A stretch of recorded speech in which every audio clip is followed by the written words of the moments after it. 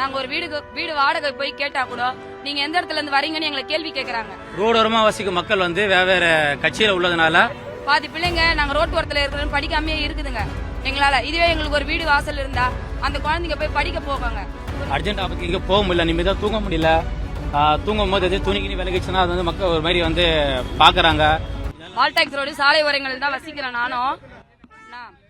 5 தலைமுறைகளாக நாங்க அங்க இருந்தோம். எத்தனையோ கட்சிக்காரர்கள் அங்க வந்தாங்க, ஆட்சி ஆண்டாங்க. ஆனா எங்களுக்குன்னு நாங்க அந்த சாலை ஓரத்துல இருக்கிறோன்ட்டு யாரும் எங்களுக்கு முன்ன வந்து ஒரு வீடு கொடுக்கறோம் உங்களுக்காக யாரும் எதுவும் செய்ய மாட்டிருக்காங்க.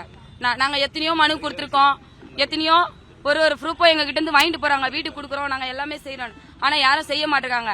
இப்படி இருந்தோம் நாங்க போயிட்டு கேக்குறோம், வீடு எங்களுக்கு ஏன் கொடுக்க மாட்டிருக்கீங்கன்னு. நீங்க எங்களுக்கு ஓட்டு போட்டீங்களா, நீங்க யாருக்கு ஓட்டு போட்டீங்களா அவங்கள போய் கேளுங்க, எங்களை கேட்காதீங்கன்னு கேக்குறாங்க. அப்ப நாங்க யாருகிட்ட சார் போய் நிக்கிறது? இதுல வச்சு நாங்க ஒரு வீடு வாடகை போய் கேட்டா கூட நீங்க எந்த இடத்துல இருந்து வரீங்கன்னு எங்களை கேள்வி கேக்குறாங்க. நாங்க இந்த ரோட்டு ஓரத்துல தான் இருக்கிறோம்னு சொன்னா கூட எங்களுக்கு வீடு கொடுக்க மாட்டிருக்காங்க சார்.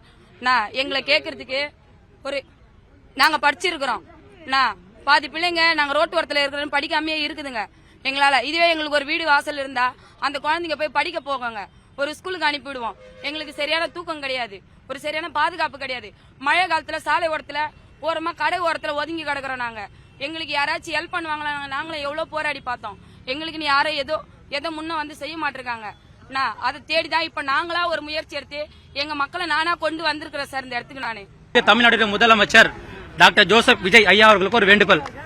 ஐயா அவர்களே, நீங்க புதிதாக அரசியல் உள்ளீர்கள். இதற்கு முன்னால் வந்த அரசாங்கமாக இருந்தாலும் சரி, ஆண்ட அரசாங்கம் இருந்தாலும் சரி, எங்களுக்கு வந்து சொல்ற ஒரே ஒரு கேள்வி என்னவென்றால், நாங்க இங்க எம்எல்ஏவாக வந்தால் உங்களுக்கு வீடு கட்டி தருகிறோம் என்று இதுக்கு முன்னால் உள்ள எம்எல்ஏவாக இருந்தாலும் சரி பி.கே. சேகர் பாபு ஐயா அவர்கள் கூறியுள்ளார். ஆனால் தற்போது இன்று வரை எங்களுக்கு வீடு ஒன்று வழங்கப்படவில்லை.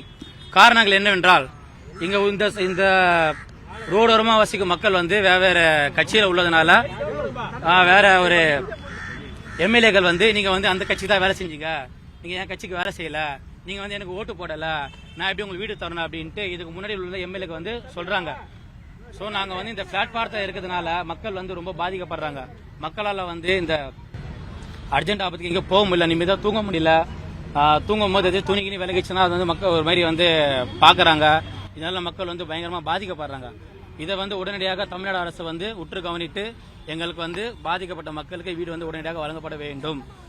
மேலும் இதுக்கு முன்னாடி இந்த அரசு சேகர் பாபு ஐயா அவர்கள் வந்து யார் யார் அவருக்கு வேலை செஞ்சாங்களோ அவருக்கு மட்டும் தேவையான வீடுகள் வந்து கொடுத்தார் ஐயா அவர்கள். ஆனா எங்க மக்களுக்கு வந்து வீடு கொடுக்கல. ஏன்னு கேட்டதுக்கு நான் எங்களுக்கு ஓட்டு போட்டீங்களா அப்படின்ட்டு அந்த கண்டென்ட் வந்து ஐயா அவர்கள் வந்து சொல்றாரு. இதை வந்து அரசியல் ரீதியாக நாங்க பார்க்கல, ஒரு பொதுமக்களா ஒரு பொது சாமானியாக நாங்க வந்து தமிழ்நாடு அரசுகிட்ட நாங்க வந்து ஒரு கோரிக்கையா வைக்கிறோம்.